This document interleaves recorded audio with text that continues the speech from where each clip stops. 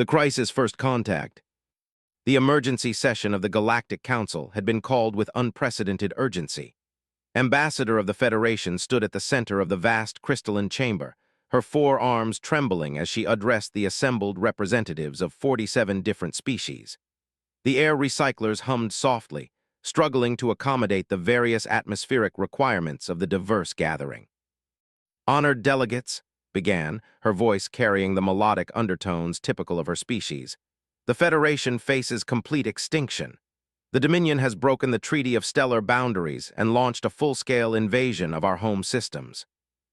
Murmurs rippled through the chamber. They were known throughout the galaxy as ruthless conquerors, but they had maintained an uneasy peace for nearly 3 centuries. Their sudden aggression caught everyone off guard. Elder of the Crystalline Collective leaned forward, his translucent body refracting the chamber's ambient light into rainbow patterns. "What assistance do you require, Ambassador? The Collective has medical ships and evacuation vessels at the ready." "We need military intervention," replied, her voice growing desperate. "The fleet consists of over 10,000 warships. They have already glassed 3 of our outer colonies. 17 billion are dead." The chamber fell silent. Military intervention meant war, and the Galactic Council had not sanctioned warfare in over 200 years. Most member species had evolved beyond the need for large-scale conflict, preferring diplomatic solutions and economic pressure. Counselor of the Tentacled Assembly spoke next, his voice bubbling through the water-filled section of his speaking chamber. "The Assembly offers sanctuary ships and temporary colony worlds. Perhaps we can negotiate with the leadership." "There is no negotiation," his composure finally cracked. "They are systematically exterminating my people. Every attempt at communication has been met with plasma bombardment. Please, we need warriors, not diplomats." The request hung in the air like a toxic cloud. The assembled delegates exchanged uncomfortable glances. Most of their species had long ago abandoned warfare in favor of peaceful coexistence. Their military forces consisted mainly of patrol ships designed to monitor trade routes and respond to natural disasters. Chancellor Vex of the Avian Confederation cleared his throat with a sharp chirp. "The Confederation has defense fleets, but they are not equipped for offensive operations. Perhaps we could contact the war species." A collective shudder ran through the chamber. The war species were those races that had not yet evolved beyond violence, still maintaining significant military capabilities. They were generally considered primitive and dangerous, excluded from most council proceedings. "The tribes have a substantial fleet," suggested Elder. "They have recently been granted observer status in the council." Grasped at this hope. "Yes, though they are honorable warriors, their ships could match thee in battle." Within hours, a priority transmission was sent to the home system. The response came back 3 days later, carried by a sleek messenger vessel. The ship's captain, a veteran named, delivered the news personally to the emergency session. "The Tribal Council has considered your request," rumbled, his voice like grinding stone. "Though we'll fight alongside but our fleet numbers only 300 ships. Against 10,000 vessels, we would be annihilated." Despair settled over like a heavy blanket. 300 ships were impressive by galactic standards, but nowhere near enough to face the Armada. "There is another option," continued, causing every delegate to look up hopefully. "My people have heard stories of a species on the rim. Humans, they call themselves. They recently emerged from their home system and have been making contact with various governments." Elder's crystalline form brightened with curiosity. "What do we know of these humans?" "Very little," admitted. "They claim to be peaceful explorers, but their ships are unusual. Our scouts reported that human vessels appear to be heavily armed for exploration craft. Some carry weapon systems we do not recognize." Counselor bubbled thoughtfully. "Perhaps they would be willing to assist. Fresh species often wish to prove themselves worthy of council membership." Felt a spark of hope. "How quickly could we contact them?" "Their nearest diplomatic mission is at the Nexus Station," replied. "A 3-day journey from here." The council voted unanimously to dispatch an emergency delegation to the Nexus Station. Ambassador volunteered to lead the mission personally, accompanied by representatives from the Crystalline Collective and tribes. Time was running out for her people, and these mysterious humans represented their last hope. The journey to Nexus Station passed in a blur of hyperspace jumps and anxious planning sessions. Studied what little information was available about humanity. They had emerged from a system called Sol approximately 50 standard years ago, establishing contact with minor trading partners and gradually expanding their presence in the galactic community. Their technology appeared roughly equivalent to other spacefaring species, though some aspects seemed oddly advanced for such a young civilization. Nexus Station was a massive trading hub built into a hollowed-out asteroid, serving as neutral ground for species that preferred not to visit each other's home worlds.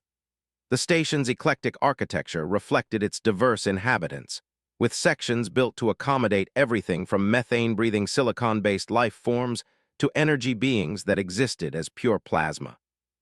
The human diplomatic section was surprisingly modest compared to other major species territories, and her delegation were escorted through corridors that felt somehow different from the rest of the station. The walls were reinforced beyond what seemed necessary for a peaceful diplomatic mission, and she noticed what appeared to be concealed weapon emplacements at regular intervals. Ambassador Sarah greeted them in a reception chamber that was both welcoming and somehow unsettling. Appeared to be middle-aged by human standards, with graying hair and laugh lines around her eyes. But there was something in those eyes, a hardness that spoke of experiences beyond mere diplomacy. "Ambassador," said warmly, extending her hand in the human greeting gesture. "I've heard about the crisis facing your people. Please tell me how humanity can assist." Explained the situation in detail, describing the invasion and the massive loss of life. Listened intently, occasionally asking clarifying questions about fleet compositions and tactical situations. Her questions were surprisingly specific and militarily focused for a supposedly peaceful diplomat. "The Galactic Council has been most generous with offers of humanitarian aid," concluded, "but what we need is military intervention. They have offered to fight alongside us, but their numbers are insufficient. We hope that humanity might be willing to contribute ships to our cause." Was quiet for a long moment, her expression unreadable. "Ambassador, I need to be completely honest with you about what you're asking. You want military assistance from humans." "Yes," replied hopefully. "You should understand something about my species," continued, her voice taking on a different tone. "Humans did not evolve in a peaceful environment like most Council species. Our home world, which we call Earth, is what Galactic classify as a Class XII Death World." The representative straightened with interest. "Death World? I'm not familiar with this classification." Smiled, but the expression did not reach her eyes. "It means our planet tried to kill us every single day for millions of years. Extreme weather, massive predators, geological instability, competing species, resource scarcity. Humanity survived by becoming very, very good at warfare." Felt a chill run through her body. "What are you saying?" "I'm saying that when you asked for military assistance from humans, you didn't get explorers who might help with a few patrol ships," replied. "You got the descendants of apex predators who have been perfecting the art of war since before we discovered fire. Our exploration fleet consists of vessels that could crack planets." The chamber fell silent, except for the quiet hum of life support systems. Activated a holographic display showing ship schematics. "This is the UES Determination, one of our exploration vessels currently in this sector. It carries enough firepower to sterilize the surface of a moon. This is the UES Retribution, which mounts weapons capable of punching holes through the cores of asteroids. And this," she paused dramatically, "is the UES Vengeance, our flagship. It was designed to fight entire fleets simultaneously." Studied the displays with growing excitement. "These are not exploration ships, these are weapons of war." "In human space, there's no meaningful distinction," replied matter-of-factly. "Every human civilian vessel carries military-grade armor and weapons. We learned long ago that the universe is a dangerous place, and the only way to ensure peace is to be prepared for war." Four hands pressed together in a gesture of desperate hope. "Will you help us?" His expression hardened into something that made predators think twice about hunting. "Ambassador, they have committed genocide against your people. They have broken interstellar law and threatened the stability of this entire region. From a human perspective, they represent exactly the kind of threat we were designed to eliminate." She stood and walked to a viewport overlooking the busy traffic patterns around Nexus Station. "I cannot commit to military action without authorization from Earth Command, but I can tell you this. Humans take a very dim view of species that prey upon the innocent. They have made themselves our enemies. How long would it take to get authorization? Asked. The human fleet in this sector can be mobilized within 6 hours, replied. Authorization from Earth Command will take approximately 3 days, but Ambassador, I want you to understand what you're unleashing. Human warfare is not like the civilized conflicts your species might have experienced. We do not fight for territory or resources. When humans go to war, we fight for extinction. The weight of those words settled over the delegation like a gravitational field. Looked at her companions, seeing her own thoughts reflected in their expressions. They had come seeking allies and found something far more dangerous and potentially more powerful. The Federation formally requests military assistance from humanity, declared. Our people are dying, and we will accept any ally willing to stand with us. Nodded solemnly. Then I will recommend to Earth Command that we grant your request.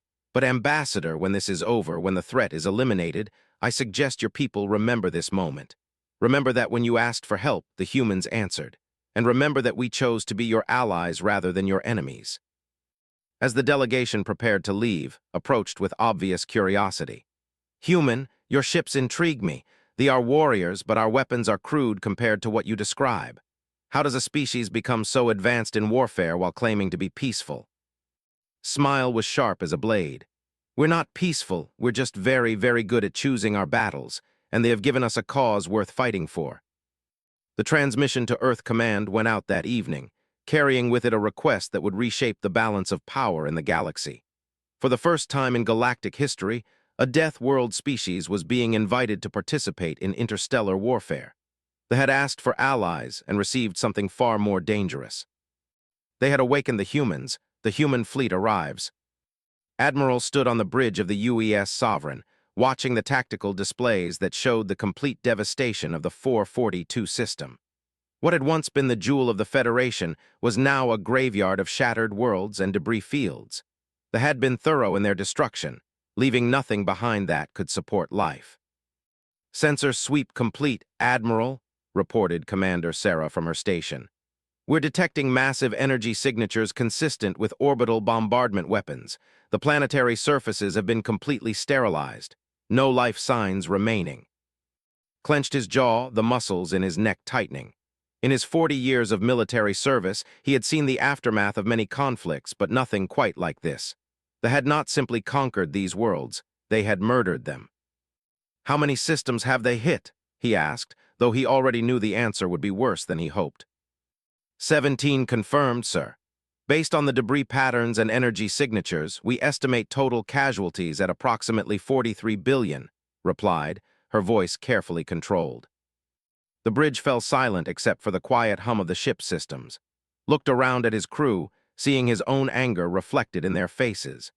The humans had been in space for barely half a century, but they understood the value of life in a way that seemed to escape many galactic species. Admiral, came the voice of Communications Officer Lieutenant Torres, we're receiving a transmission from the command vessel. Ambassador is requesting an immediate conference. Put her through. The main screen flickered to life, showing the interior of what appeared to be a hastily converted cargo ship. Ambassador looked haggard, her usually pristine diplomatic robes stained and torn. Behind her, could see military officers hunched over primitive tactical displays. Admiral began, her voice heavy with exhaustion and grief. Thank you for responding to our call. The situation has deteriorated significantly since our meeting at Nexus Station. I can see that, Ambassador. We've completed our reconnaissance of the destroyed systems.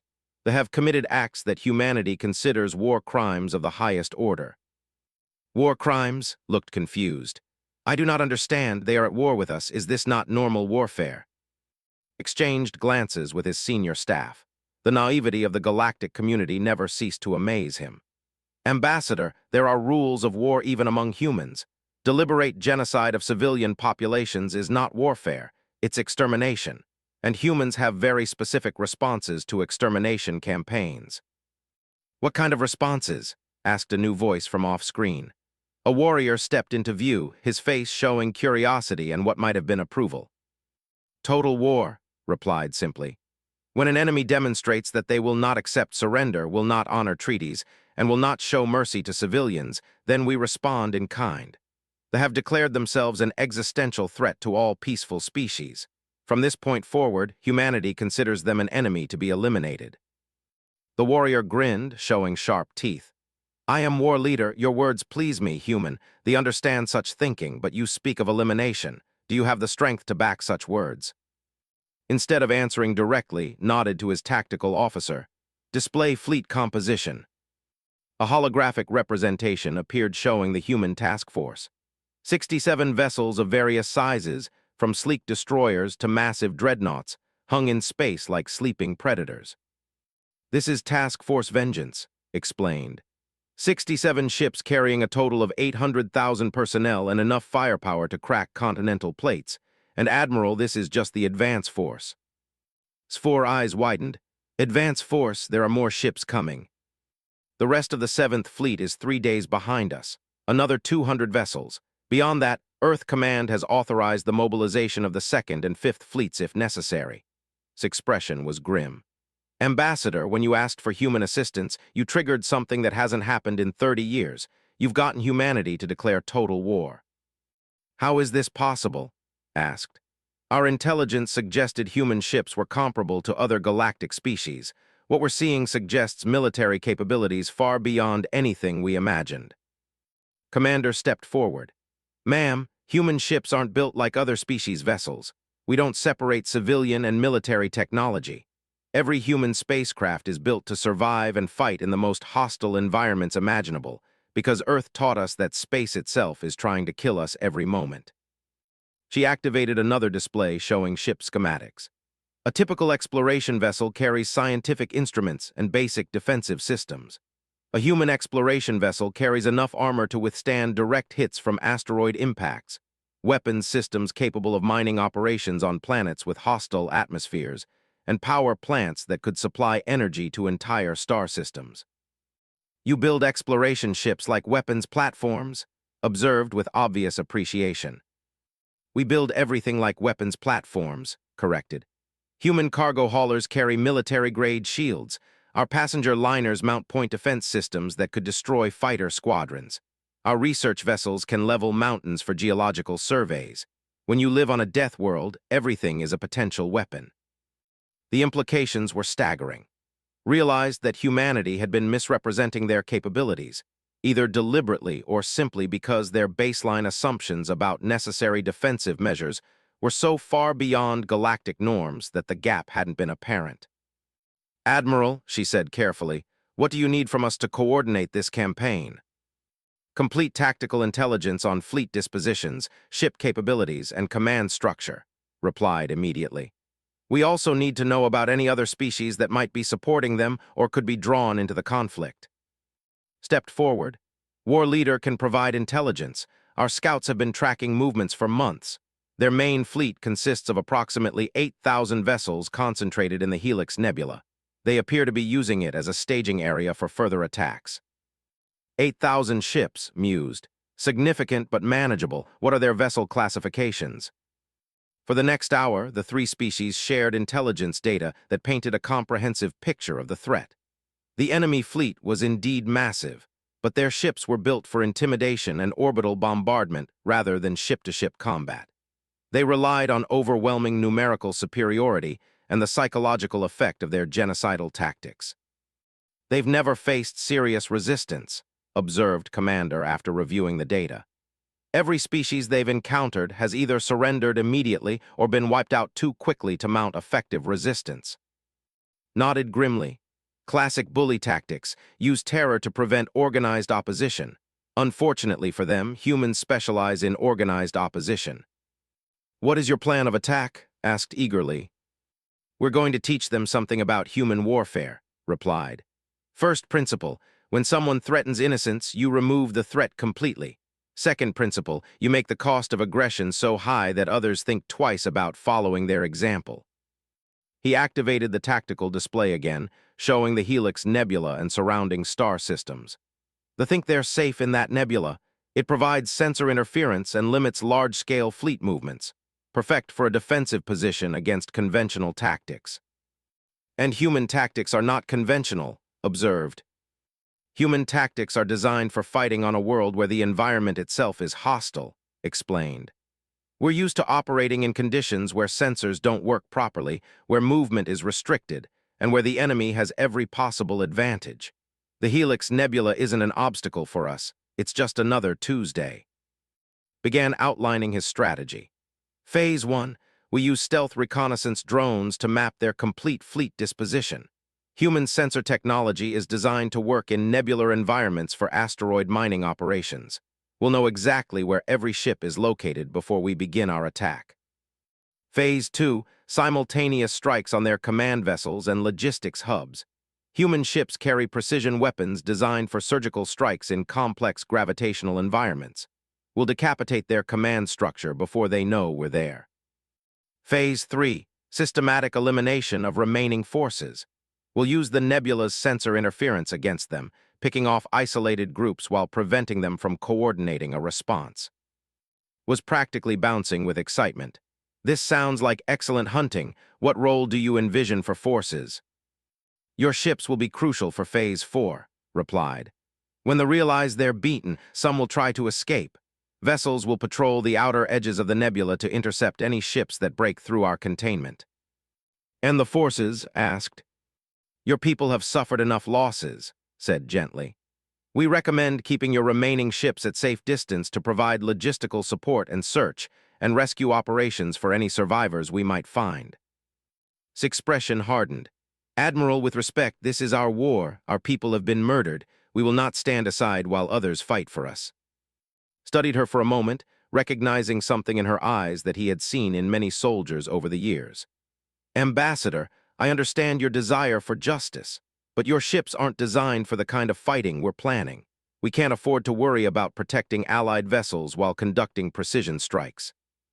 Then tell us what we can do to help, insisted. Give us a role that honors our dead. After a moment of consideration, nodded. Very well. Forces will handle communications relay and coordinate with any civilian populations we might encounter. Your people understand the local languages and customs better than we do. If there are any held territories with surviving populations, we'll need your expertise to identify friend from foe. The planning session continued for several more hours as the three species worked out the details of their coordination. Human precision merged with aggression and knowledge to create a battle plan unlike anything the galaxy had seen before. As the conference concluded, remained on the channel for a private word with, Human Admiral, I am curious about something. Your species speaks of total war and elimination of enemies, yet you show concern for civilian casualties and prisoner treatment. How do you reconcile these opposing concepts? Was quiet for a moment. War leader, humans learned something important during our most destructive conflicts. The goal of war is not to create more enemies, it's to create lasting peace. We will utterly destroy the military capability and leadership, but we will not become monsters in the process. When this is over, any surviving civilians will be offered the chance to rebuild their civilization under conditions that prevent future aggression. And if they refuse, then they will discover why humans are very good at making sure threats don't resurface, replied with a cold smile. As the transmission ended, looked out at the debris field that had once been a thriving colony. 43 billion innocent lives had been extinguished by an enemy that viewed genocide as acceptable warfare. They had made a critical error in their understanding of galactic politics. They had assumed that all spacefaring species were like the peaceful council members, evolved beyond large-scale violence and unwilling to respond to brutality with greater brutality. They had never encountered a species forged in the crucible of a death world, where survival meant being more dangerous than anything that tried to kill you. In 72 hours, they would discover their mistake, the Battle of Helix Nebula. Supreme War Master stood in the command center of his flagship, the Eternal Dominance, watching the swirling gases of the Helix Nebula on his tactical displays. Around him, his subordinates managed the logistics of maintaining 8,000 warships in the nebula's protective embrace. The ionized gas clouds provided perfect cover from long-range sensors while his forces prepared for the next phase of the campaign. Report on fleet status, commanded, his voice a harsh rasp through his artificial vocal cords. Battle scars from a dozen campaigns had left him more machine than flesh, but his tactical mind remained sharp as ever. Subcommander Thresh approached the command throne, his movements quick and nervous. All battle groups report ready status, War Master. The resistance has been completely eliminated. Our forward scouts report no military activity in the surrounding systems. Excellent, felt a satisfaction that went beyond mere military success. They had been particularly irritating with their diplomatic protests and appeals to the Galactic Council. Their extinction sent a clear message to other species about the cost of opposing expansion. War Master, interrupted Communications Officer, we are receiving reports from our perimeter scouts. Several ships report sensor anomalies in the outer nebula regions. Cybernetic eye focused on the officer with mechanical precision. What kind of anomalies? Unclear, sir. The reports describe brief contacts that disappear before confirmation. It could be sensor ghosts from the nebular interference, or possibly debris from destroyed vessels. Or it could be reconnaissance probes, mused. In his experience, anomalies during military operations usually meant enemy activity. Deploy additional patrol squadrons to investigate, and remind all ships to maintain defensive formations. The orders went out across the fleet, but felt uneasy. They had been completely broken as a military force, and intelligence suggested no other species possessed the capability or willingness to mount serious resistance. Still, his instincts told him something was wrong. 20,000 kilometers away, concealed within a dense gas pocket, Captain watched the fleet through her ship's advanced sensor array. The UES Silent Running lived up to its name, equipped with stealth systems originally designed for operations in the asteroid fields of Sol system, where detection meant death from random impacts. Target count confirmed, reported her sensor operator. 8,347 vessels. Fleet composition matches intelligence estimates, mostly heavy cruisers and battleships designed for orbital bombardment. Studied the tactical display with professional interest. They had arranged their fleet in a classic defensive formation, using the nebula's natural barriers to limit approach vectors. It was an intelligent deployment against conventional tactics, but humans had given up on conventional tactics long before they left Earth. Signal Admiral, she ordered. Phase 1 complete, all enemy positions mapped and confirmed, ready to proceed to Phase 2 on his command. The transmission went out on quantum channels that they could not intercept or even detect. Within minutes, similar reports came in from 11 other reconnaissance ships positioned throughout the nebula. The entire enemy fleet had been surveyed and marked for destruction. Aboard the UES Sovereign, Admiral reviewed the intelligence with grim satisfaction. They had positioned themselves exactly as human strategic analysts had predicted. Their formations prioritized protection from external assault, but created vulnerabilities that could be exploited by forces operating from within the nebula itself. All ships report ready, Admiral, announced Commander. Strike packages are armed and targeted. Forces are in position at the outer perimeter. Coordination teams are standing by. Looked at the tactical display one final time. In 30 minutes, the largest space battle in galactic history would begin. The outcome would determine not only the fate of the remaining population, but the balance of power throughout this entire region of space. Signal all units, he ordered. Execute Phase 2. Remember, people, we're not just fighting we're teaching the galaxy that genocide has consequences. The UES Retribution was the first to strike. Emerging from hyperspace directly in the heart of the formation, the massive dreadnought opened fire with weapons that had originally been designed for asteroid mining. Plasma beams capable of boring through solid rock struck the flagship before its crew even realized they were under attack. The Eternal Dominance's shields collapsed under the assault, and its hull began to buckle as follow-up strikes targeted structural weak points with surgical precision.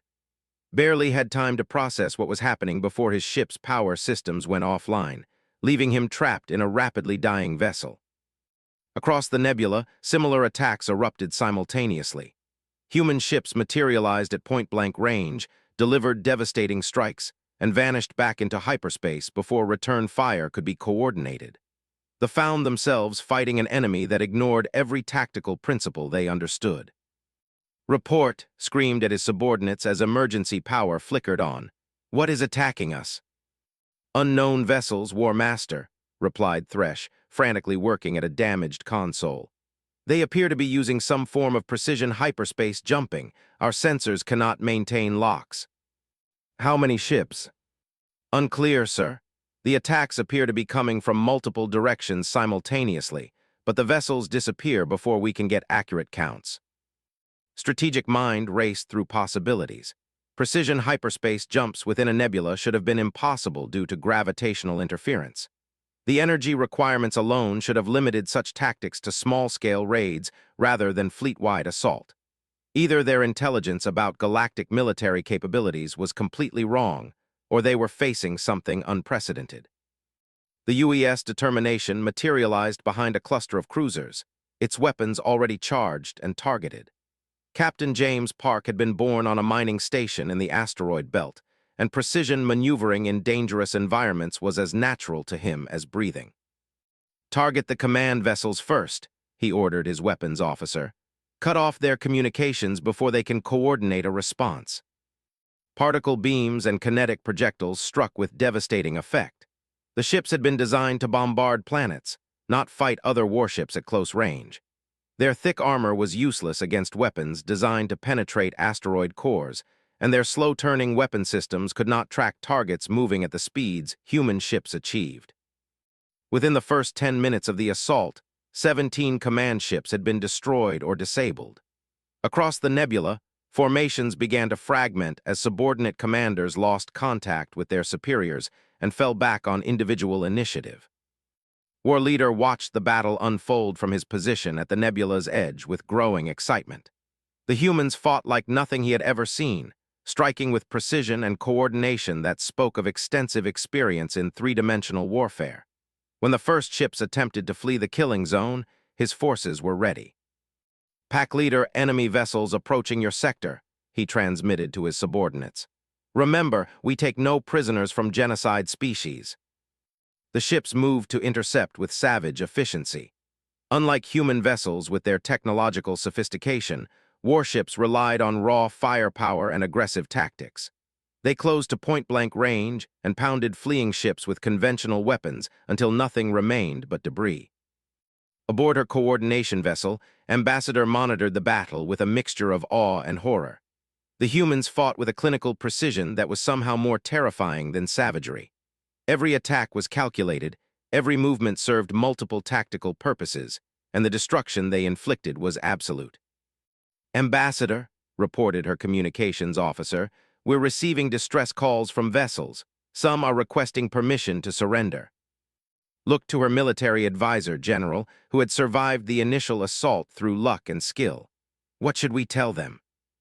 "The humans have declared this a war of extermination," replied grimly. "And after what they did to our colonies, I find myself agreeing with them." But activated her communications array anyway. "Human fleet, this is coordination. We are receiving surrender requests from enemy vessels." Admiral's response was immediate and cold. "Relay a message to all ships. Surrender is conditional on complete abandonment of their vessels and submission to war crimes tribunals. Any ship that attempts to escape or continue fighting will be destroyed without further warning."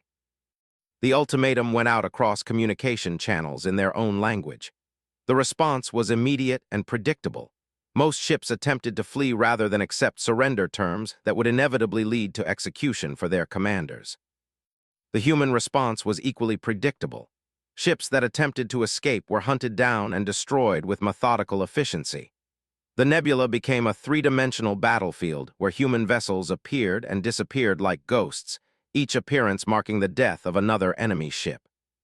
Subcommander Thresh struggled to maintain control of his damaged systems as the eternal dominance drifted helplessly through the nebula.